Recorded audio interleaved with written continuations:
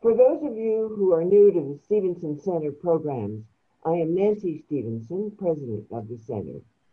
For all of our splendid volunteers who keep the center going, we enthusiastically welcome again Geoffrey Stone, the Edward H. Levy Distinguished Service Professor at the University of Chicago Law School, our first speaker in these Sunday afternoon programs 9 years ago, and back now by popular demand.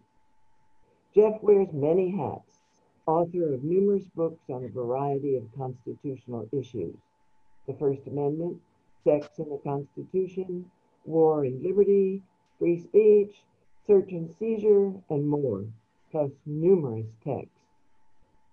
He will be speaking today about this book, and I hold it up so that you can see it's a slim volume, but packed. The name of it is Democracy and Equality, the Enduring Constitutional Vision of the Warren Court, and co-authored with colleague David Strauss. For this non-lawyer, it is a clear reminder that the decisions of the Warren Court, believing in a living constitution, evolved from principles of the nation's founders in the Bill of Rights. The court's decisions, based on earlier legal findings, moved the nation toward democracy and equality. I recommend this brief, elegant guide to issues that fill current debates that face our nation.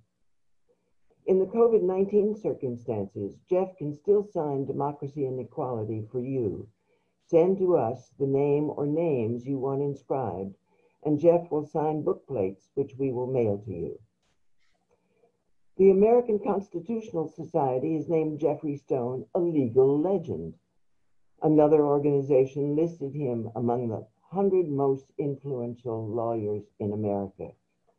He also wrote sections of books plus numerous articles for a wide variety of publications, both popular and scholarly.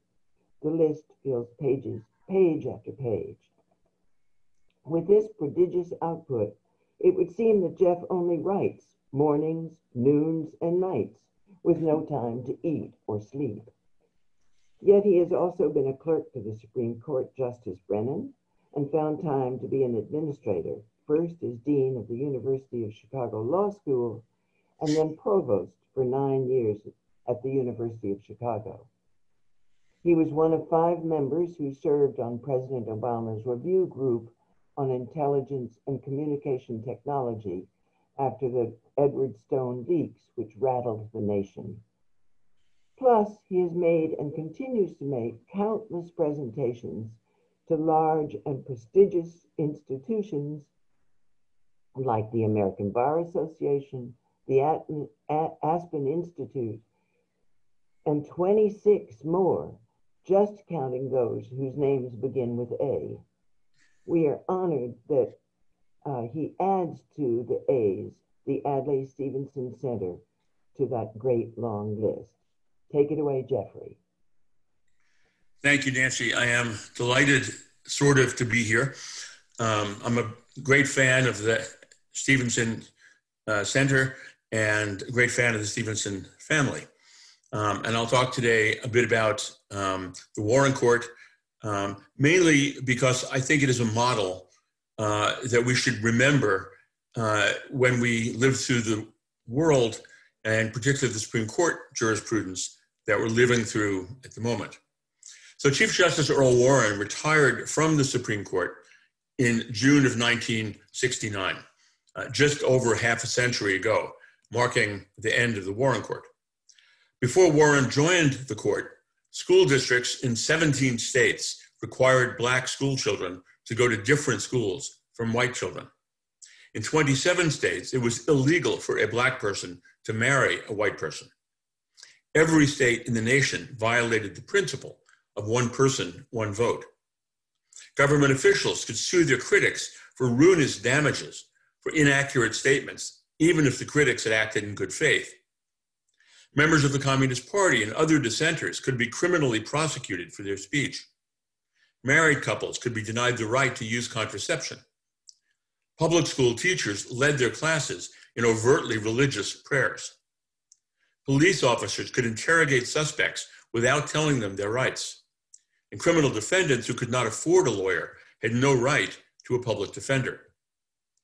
The Warren Court changed all of that.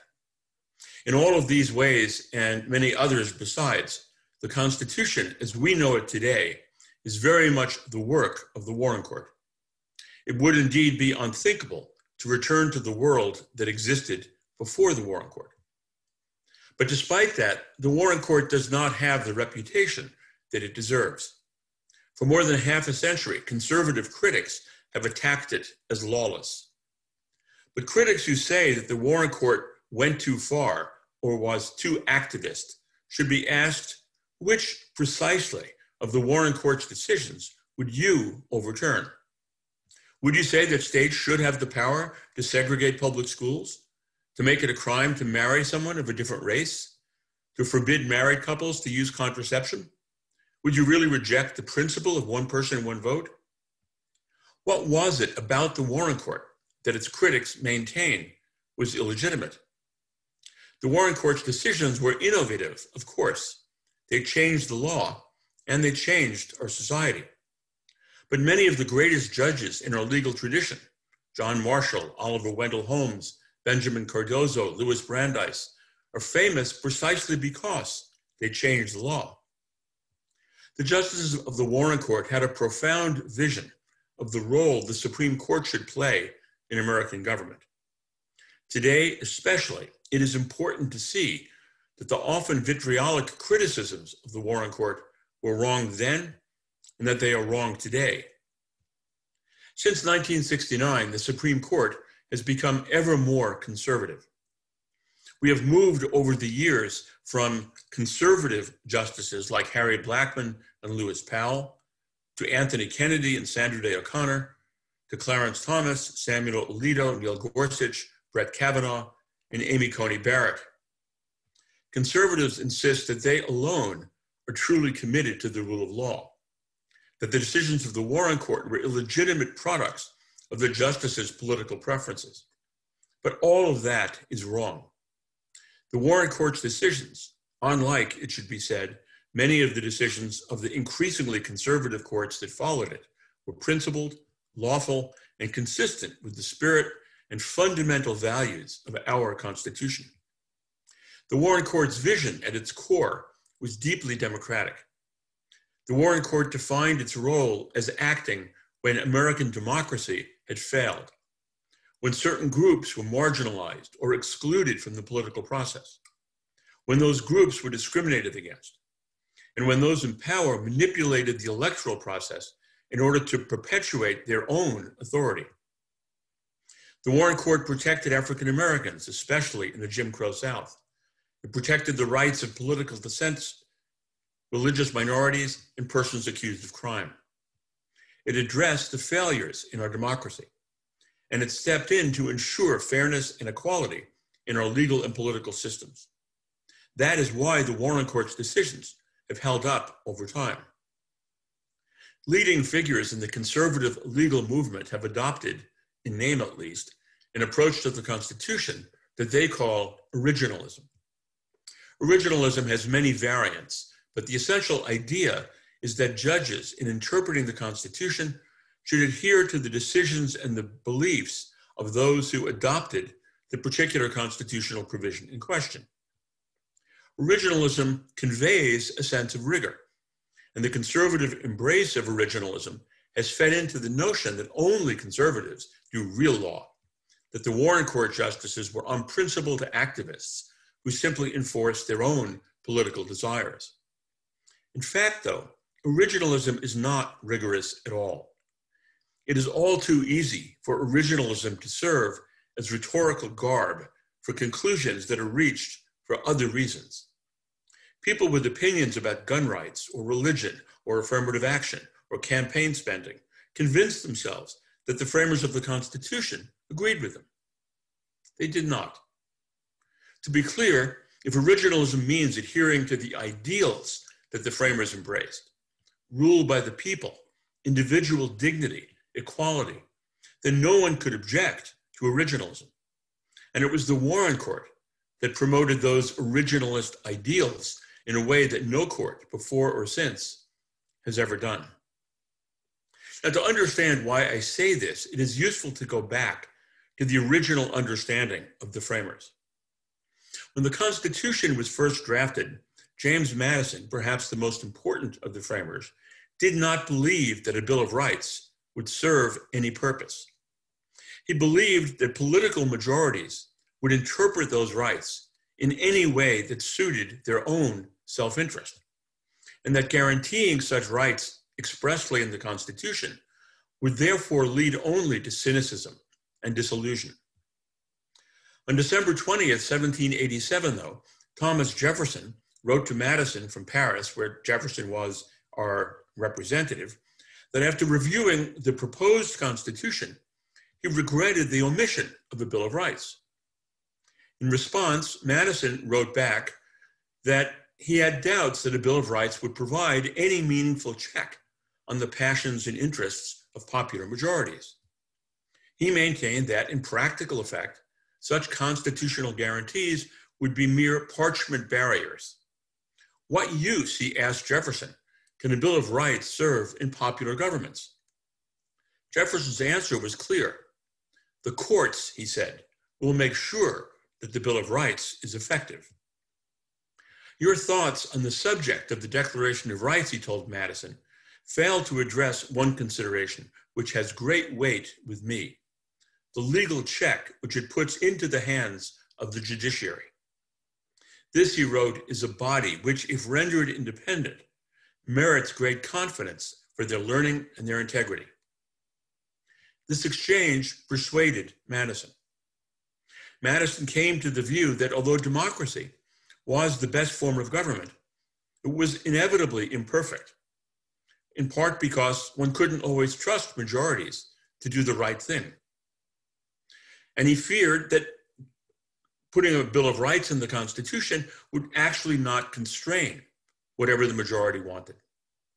But it was Jefferson who persuaded him that courts were the entities who could make this a reality. And so on June 8th, 1789, Madison proposed a Bill of Rights to the House of Representatives. Echoing Jefferson's letters, Madison said that if these rights are incorporated into the Constitution, independent tribunals of justice will consider themselves the guardians of those rights. They will be an impenetrable bulwark against every assumption of power in the legislative or executive. They will be naturally led to resist every encroachment upon rights guaranteed in the Constitution.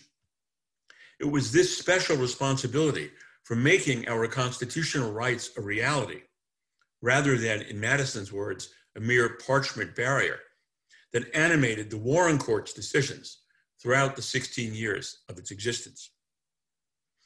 Now, in the next part of my talk, I will illustrate my claims about the Warren Court by examining several of its most important and most controversial decisions. I will try to explain what the world was like before those decisions, what the decisions did, and why they were justified. We have, of course, moved well past the era of the Warren Court. It is not clear when or if there will again be a court with the same aspirations and commitments. But it is worth keeping in mind what the Warren Court accomplished, if only to give us an idea of what is possible. In Brown versus Board of Education, the court issued, without question, one of the most important decisions in the history of the United States Supreme Court. Brown, which was decided by a unanimous court in May of 1954, held that the Equal Protection Clause of the 14th Amendment, which prohibits any state to deny any person the equal protection of the laws, forbids racial segregation in public schools.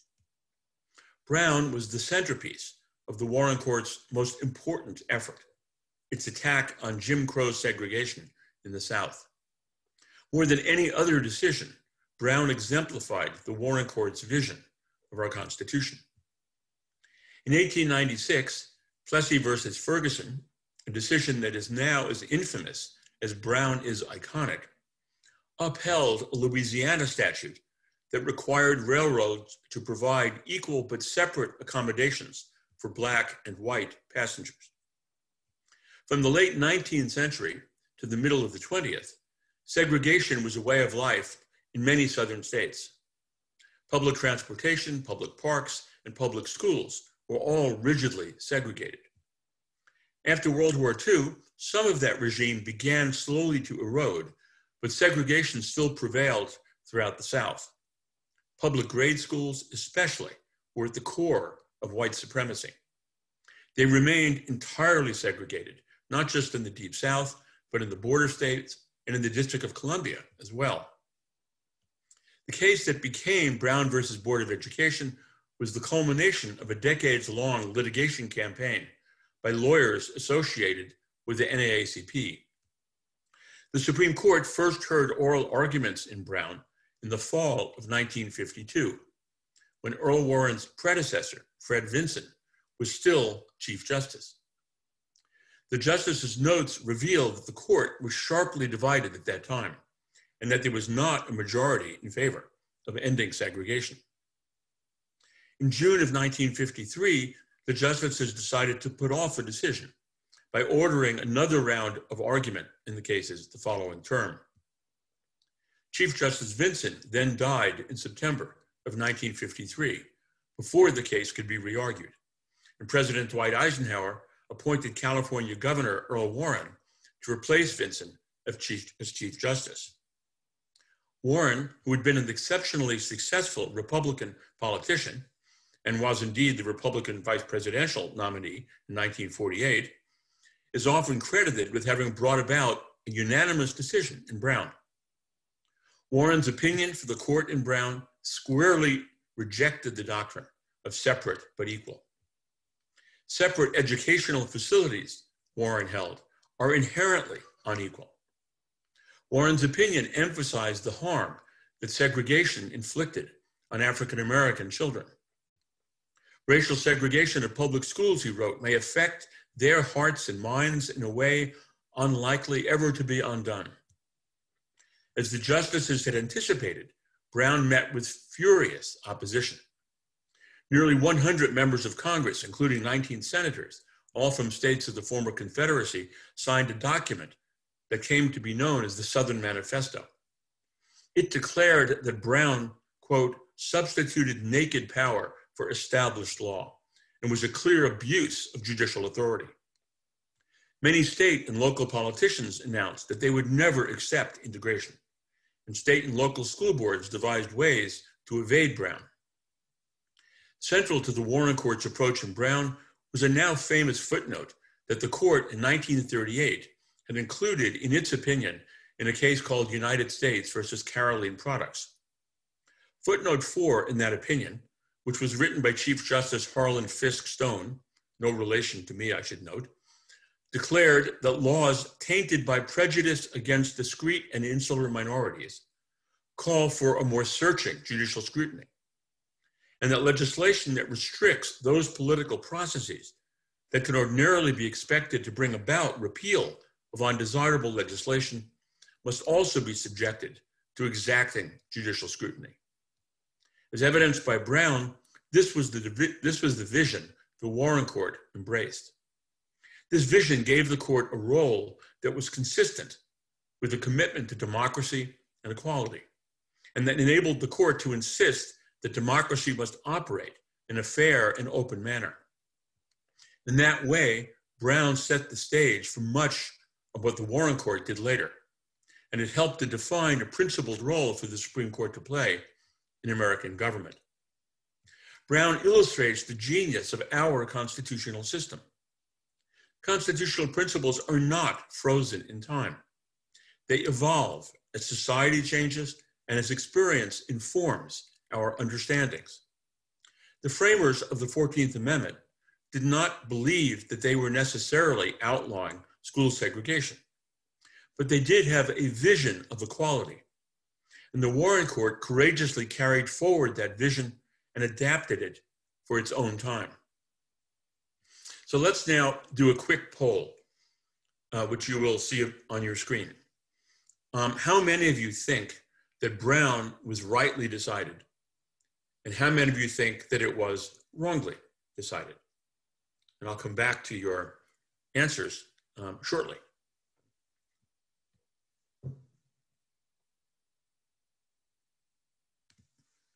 In the meantime, though, let us turn to another decision of the Warren Court that was highly controversial and highly illustrative of the goals and missions of the Warren Court.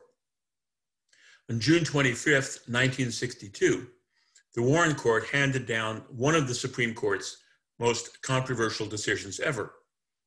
In Engel versus Vitale, the Warren Court held that the First Amendment's Establishment Clause, which provides that which provides that no law shall be made respecting an establishment of religion, that the Establishment Clause of the First Amendment forbids a public school to require school prayer at the start of each day's classes. 79% of Americans disapproved strongly of the decision, which generated fierce condemnation.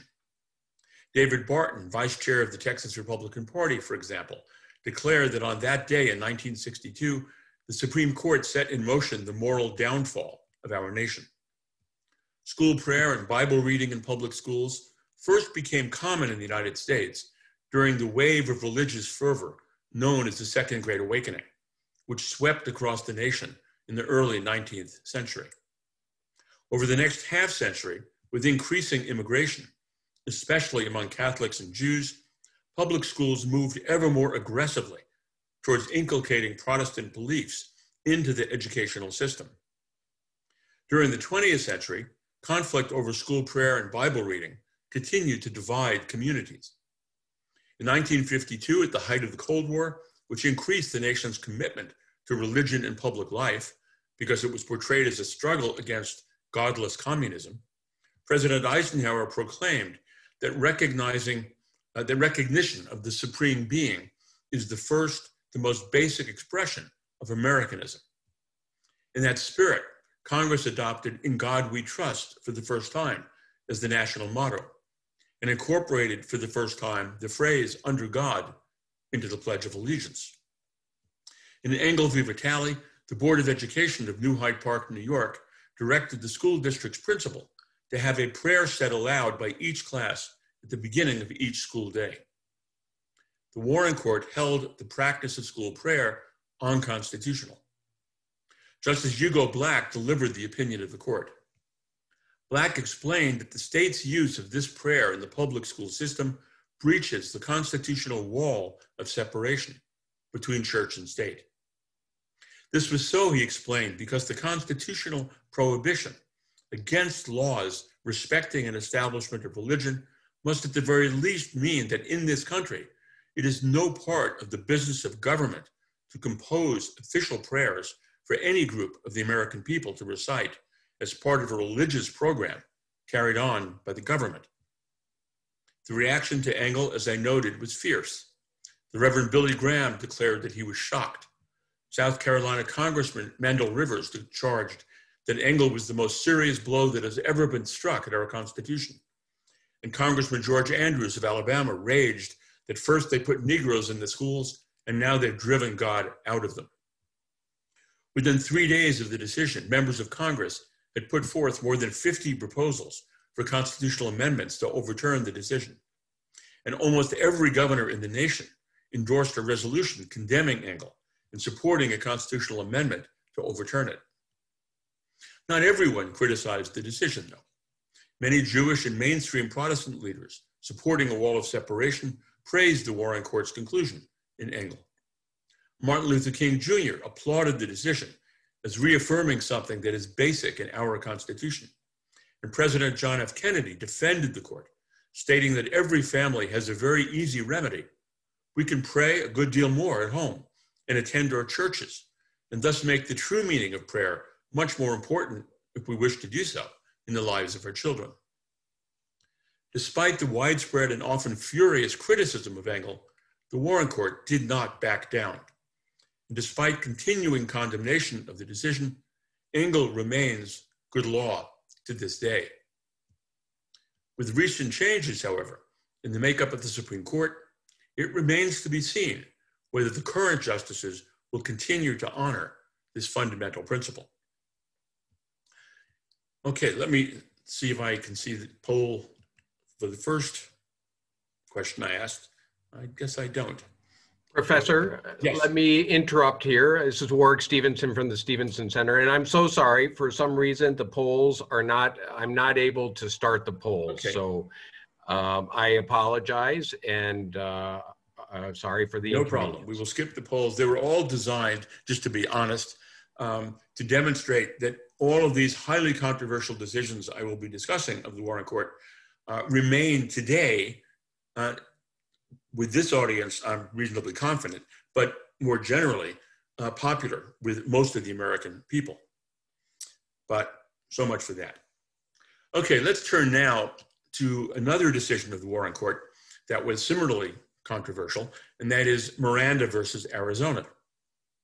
The Fifth Amendment to the Constitution provides that no person shall be compelled in any criminal case to be a witness against himself. Thus, a defendant who is questioned in open court with a judge, a defense lawyer, and members of the public watching cannot be required to answer a question that will incriminate him. By the way, I want to make sure you understand that when I'm done with my talk, I will take questions on chat. So you should be thinking about questions you might want to ask, even if we can't do the polls. Until the Warren Court, however, it was perfectly routine for police officers,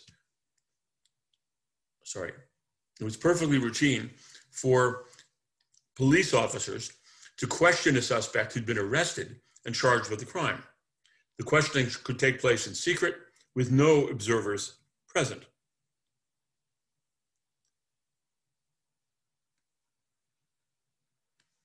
The suspect was not free to leave, and the officers could place the suspect under enormous physical as well as psychological pressure to talk. The risk of a false confession in such circumstances was substantial. But if the officers could get the person to confess, they could then present that confession in court. Now, how could this system possibly make sense? That was the question the Warren Court confronted in Miranda, its most famous and most controversial decision about the rights of criminal defendants. There was a history, of course, and as was so often the case with the Warren Court's criminal justice decisions, this history involved abuses in the Jim Crow South. In the 1930s and 40s, for example, African-American suspects were often subjected to outright torture to get them to confess. They were convicted on the basis of those confessions and often sentenced to death. In one case, for example, the police hanged an African-American tenant farmer from a tree and whipped him until he agreed to confess to the murder of a white planter. And in another case, a 19-year-old African-American with only a fifth-grade education confessed to committing a murder after being told by the police that if he did not admit his guilt, the police would turn him over to the mob. Initially, in the earlier years of the 20th century, the court tried to deal with these cases by making case-by-case judgments of something called voluntariness. The question in each case, the court said, was whether the defendant's will was overborne at the time that he confessed. That depended, the court said, on the totality of the circumstances in each case. Not surprisingly, this test was vague and often difficult to apply, and it led to confusion, uncertainty, inconsistency, and chaos. And it had little, if any, effect in those states that were not sympathetic to these rights. In Miranda, the defendant, Ernesto Miranda, was convicted of rape and kidnapping based largely on a confession he made to police officers after several hours of intense interrogation, during which he was not advised of his right to counsel, his right to remain silent, or that statements he made as a result of the interrogation could be used against him in a court of law. The Arizona Supreme Court held that the confession could be admitted into evidence because, in its view, Miranda had acted voluntarily. The Warren Court, in an opinion by Chief Justice Warren, held that the use of the confession against Miranda violated his rights under the Fifth Amendment. To ensure that the fundamental right guaranteed by the Fifth Amendment was not transformed into a mere form of words, the court required that the now famous Miranda warnings must be given to any person who was questioned while in custody. Specifically, the court held that whenever the police want to question an individual who has been taken into custody, they must first warn him that he has a right to remain silent, that any statement he does make may be used as evidence against him, and that he has a right to the presence of an attorney, either retained or, if he cannot afford one, appointed for him. Now, why did the Warren Court embrace such a bold interpretation of the Fifth Amendment? Several considerations entered into the court's thinking. First, the court was concerned that confessions were still being widely obtained by physical violence, threats, trickery, and other forms of overreaching the defendant's will. Second, Chief Justice Warren rejected the argument that society's need for interrogation outweighed the importance of the privilege against compelled self-incrimination.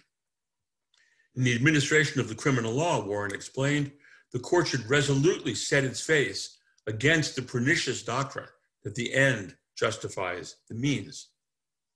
And third, the court was concerned about the profound inequalities that were built into the American system of criminal justice. Who were the defendants who were being led into giving confessions in police stations? Not the well-to-do who could procure a lawyer immediately, but the poor and the ignorant, the weak and the young, and most often African Americans in the South. In short, like much else in the Warren Court's criminal justice jurisprudence, Miranda was designed to create greater equality in an often flawed and unfair criminal justice system. Okay, let me turn now to my final Warren Court decision that I will address, and that is Reynolds versus Sims. Now, the story of how one person, one vote became an established constitutional principle is in many ways a quintessential Warren Court story. The decisions establishing that rule reflected the Warren Court's deep commitment to democracy and equality. And those decisions were consistent with, arguably, in fact, demanded by, the principle that courts should step in when the democratic process cannot correct itself. The one person, one vote cases, like other Warren Court decisions, were revolutionary, but they also had deep roots in American tradition.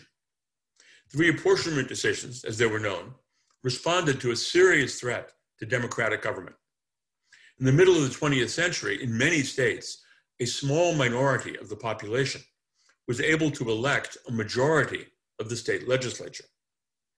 In particular, urban districts with many times the population of rural districts were represented by the same number of legislators as the rural districts. The Alabama state legislature, to cite just one example, which was at issue in Reynolds v. Sims, was an illustration of these pathologies. Bullock County, with a population of only 13,000, was allocated 2 seats in the Alabama legislature, whereas Mobile County, with a population of 314,000, or 25 times as many people, was allocated only 3 seats. This state of affairs was attributable to 2 things: the migration of Americans from rural areas to cities in the first half of the 20th century, and the unwillingness of state legislators to redraw district lines, because that would disadvantage them. State legislators, quite simply, did not want to district themselves out of a job, and the people they represented did not want to give up their increasingly disproportionate political power. The democratic process could not solve the problem, because the legislators, acting out of their own and their constituents' self-interest, refused to redraw the lines of the districts that had elected them.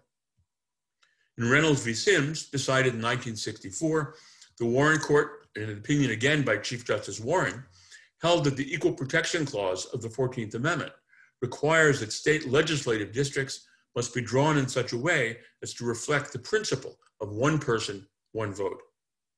Not surprisingly, Reynolds was at first very controversial.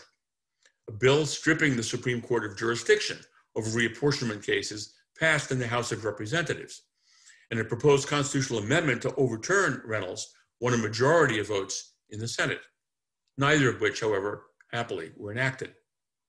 Once the states began to comply with the court's requirements, the principles recognized by the Warren Court and Reynolds rapidly became embedded in the national sense of democratic values. The court in Reynolds declared that the right to vote freely for the candidate of one's choice is of essence in a democratic society, and any restriction on that right strikes at the heart of representative government. This principle, referring to the right to vote, did more than condemn malapportioned legislatures. It established, as the court said in Reynolds, that any infringement of the right of citizens to vote must be carefully scrutinized, and that any time a state treats people unequally with respect to their right to vote, the state must show an especially strong justification for its action. 2 years after Reynolds, for example, the court held in Harper versus Virginia Board of Elections that poll taxes were unconstitutional. By the end of the Warren Court era, the principle of equality in voting controlled states' decisions, not just about legislative apportionment, but about all matters related to voting. The Warren Court was justified in taking this step because malapportionment was a serious defect in our democracy, and it was unlikely to be corrected by the elected representatives unless the court intervened.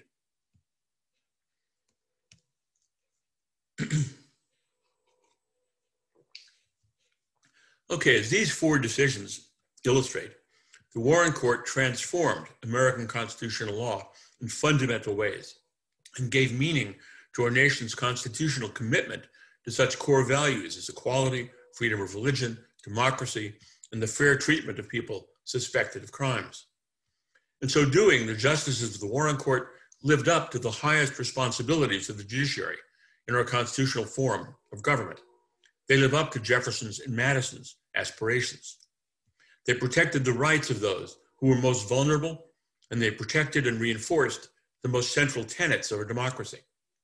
They did what justices of our Supreme Court are supposed to do, and they did it courageously in the face of often furious criticism from those who benefited from the world as it was before the Warren Court entered the picture. Now, an interesting question is how might constitutional law have evolved over the past half century if justices with the same vision of the Constitution as the justices of the Warren Court had remained in the majority of the Supreme Court? And the answer would, of course, be speculation, because that is not the way it played out. Indeed, in the 50 years since Earl Warren's retirement, Republican presidents have appointed 15 of the 19 justices who have joined the Supreme Court. And this was so even though Republican presidential candidates won the popular vote in only 6 of the 14 elections in that era. Moreover, as I noted earlier, not only have Republican presidents appointed 15 of the last 19 justices, but their appointments have grown ever more rigidly conservative over time. Partly in response to the Warren Court, Richard Nixon wanted nominees who believed in judicial restraint. More recent Republican presidents have wanted nominees who would actively move the law in an aggressively conservative direction on such issues as gun control, affirmative action, campaign finance, abortion, voting rights, and so on. As I've argued, the justices of the Warren Court had a principled, sensible, and consistent approach to giving meaning to the often ambiguous provisions of our Constitution. When trying to explain and predict how our increasingly conservative justices today vote in the most controversial and important cases, however, the best predictor is not judicial restraint or originalism or calling balls and strikes, but asking, quite frankly, what would the Republican Party want the court to do? It is this inquiry, rather than any principled approach to constitutional interpretation, that best explains the conservative justices' votes on such diverse issues as affirmative action, Bush versus Gore, gerrymandering, the constitutionality of the Voting Rights Act, the rights of labor unions, the death penalty, Trump's Muslim ban, the rights of criminal defendants, abortion, the rights of gays and lesbians, the rights of gun owners, the rights of corporations of the wealthiest citizens in our political system, the rights of the poor and disadvantaged, the rights of immigrants, and so on. Quite frankly, this is not a principled or admirable approach to constitutional interpretation. These developments paint a bleak picture, but we can hope and we can work over time for a return eventually to the enduring constitutional vision of the Warren Court. That should be one of our key goals as we look to the future. Thank you. you can, I'm told, now use the chat. We have some questions from the chat room. Please discuss one man, one vote versus the Electoral College. Okay. The Senate of the United States and the Electoral College are in part the product of the fact that when the Constitution was founded, it was 13 separate and independent states who decided to come together to create one nation. And those states, particularly the smaller ones, were unwilling to do that unless they had equal authority with the other states. It's a little bit like the UN. When the UN was created, the principle of representation was not population, but it was nations. So China and Peru have the same representation in the UN. So what made both the Senate and the Electoral College structured the way they were was simply the fact that these were states, or in the UN, nations, who simply would not agree to come together unless they were given disproportionate representation. And over the years, it's become impossible to change it. The Supreme Court can't hold it unconstitutional because it's explicit in the Constitution. And it's almost impossible to change it because the small states are wildly overrepresented in the Senate and in the Electoral College. So we're stuck with this deal that was made over 200 years ago in order to create the nation, but a deal which doesn't really follow any principle that today would make any sense to our nation.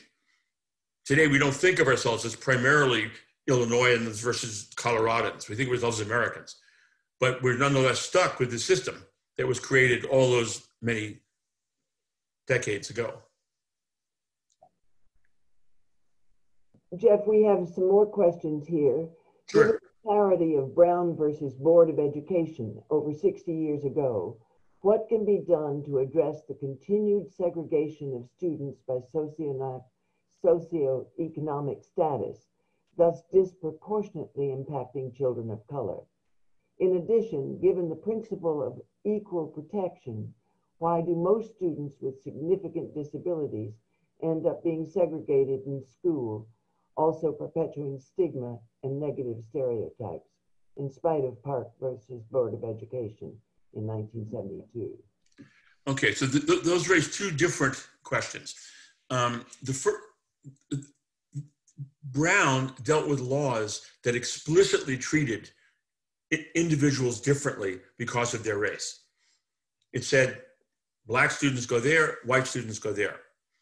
One of the other difficult analytical questions the Supreme Court has over the years attempted to address is, what about laws that do not explicitly treat people differently based on race, but that have a different effect on people based upon their race? And so the question is, if you have differences among people in society, because African Americans, for example, and whites have had totally different economic opportunities and so on, which means that whites as a class have opportunities that African Americans as a class don't have equally, does the Constitution prohibit that? And the Supreme Court, in a very divided decision several decades ago, with conservative justices on one side and liberal justices on the other, held that laws that have an incidental effect on the races does not violate the Equal Protection Clause. So if, for example, a test is used, this was the facts in the case, if a test was used to determine who could be eligible to be a police officer, and white applicants passed that test in a much higher degree than African American applicants, the question was whether that violated the Equal Protection Clause. And the court said that the incidental effect on race is not a violation of the Equal Protection Clause. If the police department had said, we're going to hire twice as many white police officers as black police officers, that would be unconstitutional. But the fact that there's a neutral test that has disparate effects, the court said that does not violate the Equal Protection Clause. Now, the Warren Court would have reached the opposite result, to be clear, because all the liberal justices on the court dissented in that case. But at that time, the court was already becoming fairly conservative, not as conservative as it is today, but fairly conservative, and they concluded that if the law doesn't explicitly discriminate, then it's not a violation of equal protection. The question about disabilities is, presumably we're talking there about explicit differences, that students with certain disabilities are treated differently than students or persons without those disabilities. And the question there is that differential treatment unconstitutional? The question the courts would ask in that situation is there a sufficient justification for treating the two groups differently? And in some rational ways, people with disabilities should and can be treated differently than people without those disabilities. That's sort of the definition of a disability. And so the question is there a sufficient justification for the differential treatment? And you can imagine cases where the Supreme Court would say it's unconstitutional to do that. So if a law school, for example, were to say that students with disabilities cannot take constitutional law, that would clearly be unconstitutional if it was a public university, because there'd be no rational justification for it. But there may be other differences that would say students with disabilities get preference to sit in the front 2 rows if they wish to do so. And that would probably be upheld as constitutional. I know one of the questions I was asked, which you forwarded to me before I even got here, was about abortion. So let me make sure I answer that question. And the question was basically, what do I think the current Supreme Court will do about Roe v. Wade? And also to say a little bit about the historical context of Roe v. Wade. So Roe is a case I should say that I have a special interest in, because I was a law clerk at the Supreme Court for Justice Brennan at the time that Roe v. Wade was decided. So I've always had a sort of personal interest in Roe v. Wade. The interesting thing about Roe, when it was decided, is that 3 of the 4 justices appointed by President Nixon joined the majority in Roe v. Wade, including Harry Blackmun, who wrote the opinion, Lewis Powell, and Warren Burger. It was a 7-2 decision. And if those 3 Nixon-appointed Republican justices had not voted in the majority in Roe, the case would have come out the other way. So that gives some indication of how, at the time Roe was decided, this was seen by even conservative justices as a completely sound and legitimate decision. And part of what led to Roe as a decision was partly the women's rights movement that had brought to the attention of the justices the degree of injustice and inequality in society on gender grounds in a way that justices 30 years before had not even really thought much about. But also what was the reality of the world in which abortion was illegal. For the first time, women began talking openly about what their experiences had been in a world of illegal abortion, of back alley abortions, and of the horrors that they experienced in that world. And as the justices heard those stories and learned them, they realized this is impossible. This cannot be the reality in our society. Women should have the right to decide for themselves whether to bear a child and not be forced, if they decide not to bear a child, to enter this horrible world of illegality and fear. And the standing joke at the time was, of course, if men could get pregnant, abortion would have been legal.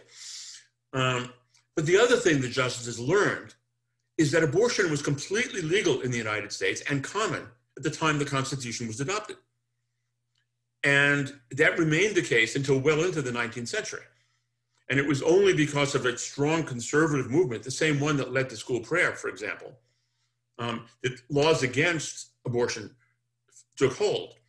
And so one of the other things the justices recognized is, if you were thinking about what the Constitution framers would have thought at the time the Constitution was adopted, they lived in a world where women had abortion openly and legally, and nobody thought much about it. It was just part of the reality, because contraception was not very effective, if it existed at all in those days. And so the approach was to simply have an abortion. Now, what is the current Supreme Court going to do about Roe v. Wade? I believe in the next 2 or 3 years, they will sharply limit the extent to which women have a right to abortion without explicitly overruling Roe v. Wade. But they will uphold all sorts of regulations in those states that want to adopt them that make abortion effectively unavailable. And I suspect that in the next couple of years after that, assuming they remain in a 6-3 majority, that they will eventually overrule Roe v. Wade. I mean, there's no doubt in my mind that those 6 justices regard Roe v. Wade as an erroneous decision, an unjustified decision, and a decision that's morally offensive and inappropriate. And my guess is they see Roe v. Wade the same way the Warren Court saw racial segregation in terms of immorality and impropriety. And so, unfortunately, I do believe that's likely to be the future. And that means it's going to be up to states to protect women in their states in terms of this right. Thank you, Jeff, for bringing that question into the discussion. And are you willing to take one more question? Sure. I have one about gun laws. When I was growing, and also when I studied constitutional law, as I recall, the amendment was interpreted to mean that each state could maintain a militia, not an individual right. Could you comment on the future of gun rights?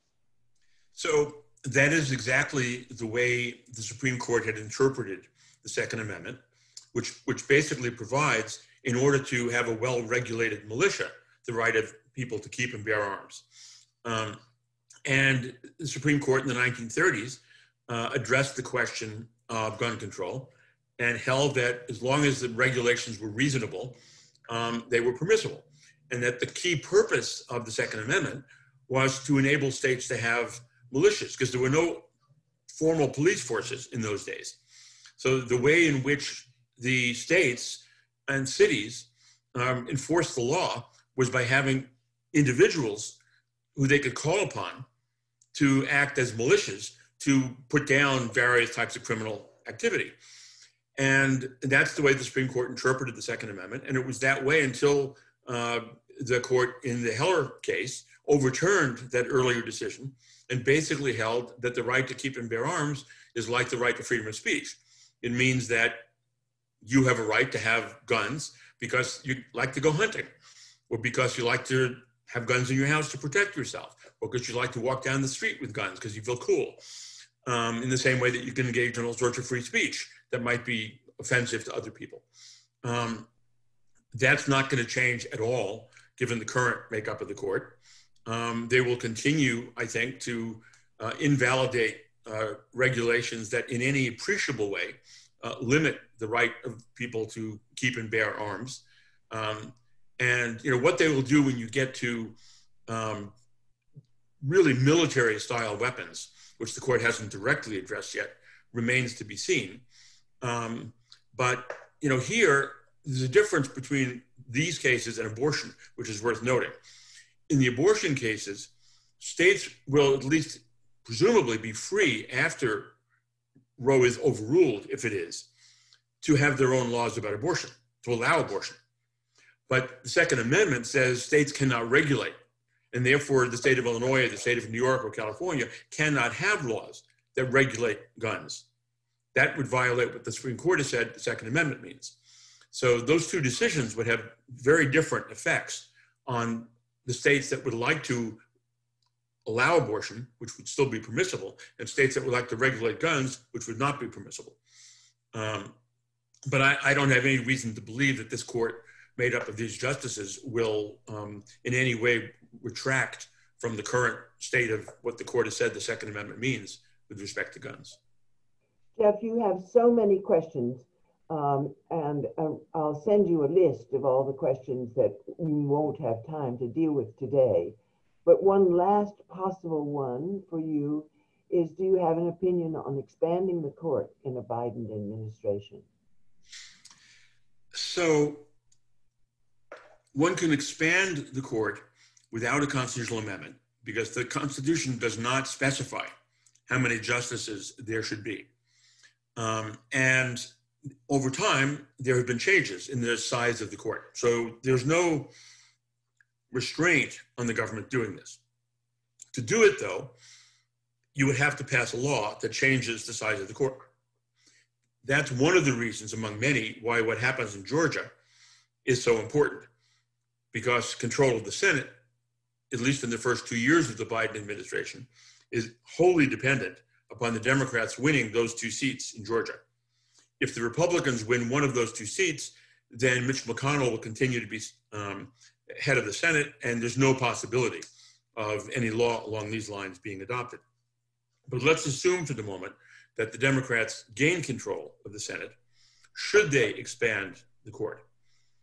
There are basically 2 reasons why people might want to do this. One of them is that the current state of the court is so distorted and unrepresentative of responsive and respectable legal thought in our country that if you asked lawyers in our country about their approach to constitutional law, they would be far more moderate and even more liberal than the 6-3 extreme conservative majority on the Supreme Court today. It's wholly unrepresentative of a legitimate, accepted legal thought in our country. So one thing one might say is that things have gone crazy. And therefore, we have to have a Supreme Court that is responsible and that has an attitude about law and constitutional law that is respectable. And therefore, we need to add at least 4 seats that Biden could fill that would create a 7-6 majority. That's one approach and one argument. A second argument is that we have to correct for Mitch McConnell's completely inexcusable violation of the historical norms of the confirmation process. That is, by refusing to confirm Merrick Garland for no legitimate reason whatsoever, and then turning around and confirming Amy Coney Barrett, whose situation was even more problematic from a neutral standpoint than Garland's was. What McConnell has done is to create a 6-3 conservative majority on the court. Had McConnell acted responsibly, he would have presumably confirmed both Garland and Barrett. Then we would have had a 5-4 Republican majority on the court. To correct for that inexcusable behavior, we should add 2 more seats who would be appointed by Biden, which would make a 6-5 Republican majority on the court, which would be like the 5-4 majority that we should have had McConnell acted in a responsible way. So it wouldn't shift the majority of the court in any short term, but at least it would reestablish the balance in the court that would have existed had McConnell behaved as a responsible individual. So whether either of those happens remains to be seen. They're both moot unless the Democrats control the Senate. My own view is that the second is controversial but legitimate, and that the first probably goes beyond the bounds of what I think is appropriate. Thank you, Jeff. I want to say one more thing. I've been saying Republican justices and Democratic justices. It's important for people to understand that is a completely unprecedented way of talking about the Supreme Court. Good. And if you go back to the Warren Court, for example, which was seen as very liberal, Earl Warren was appointed by a Republican. William Brennan was appointed by a Republican. Potter Stewart was appointed by a Republican. Among the conservative justices on the Warren Court, Felix Frankfurter and Tom Clark and Byron White were appointed by Democratic presidents. There was no Republican justices and Democratic justices. That simply has never existed in American history in the way it does today. And what has happened is in the last decade or two, we have become so polarized in our appointment of justices to the court that we now have 6 Republican justices who will vote together on almost every ideological issue, and 3, quote, Democratic-appointed Democratic justices who will tend to vote together. And that completely undermines the integrity of the Supreme Court as an institution. As Robert said, there aren't Republican and Democratic justices, but he was lying. And we're now faced with the situation where the integrity of the court has been undermined in a way that has never happened before. And that's pretty devastating, frankly. So let me close on that happy note. Thank you, Jeff, for this extraordinary review of what real procedural following of legal precedents can mean for our nation. And I recommend again this beautiful book, which does give us a chance to go over the items that you've gone through so clearly today, and weigh these processes well. I'm hoping that perhaps even the Robert's promise that he will try and do things to make sure that there are no Republican and Democratic members of the court will someday come to fruition. In the meantime, thank you for the volume that you and David Strauss put together for us. And once again, I remind our audience that you will sign these book plates for them if they send us the names of the designees. And we will then send them along to you and send the book plates back to them. And I just have so many quotes that I've taken from this book that remind us of the beauty of our national court system over time. The court must make an honest, good faith effort to construct districts in both houses of its legislature as nearly of equal population as is practicable. That's one. The right to vote freely for the candidate of one's choice is the essence of a democratic society, and any restrictions of that right strike at the heart of representative government. That's another. These are gems all throughout the book, and I highly recommend that all of us have an opportunity to read it. Thank you so much for sharing your thoughts today. Thank you, Nancy, for having me. Give my best to Adelaide. And everybody, take care and be well. Wonderful. Thank you. Best wishes. Bye-bye. Bye-bye.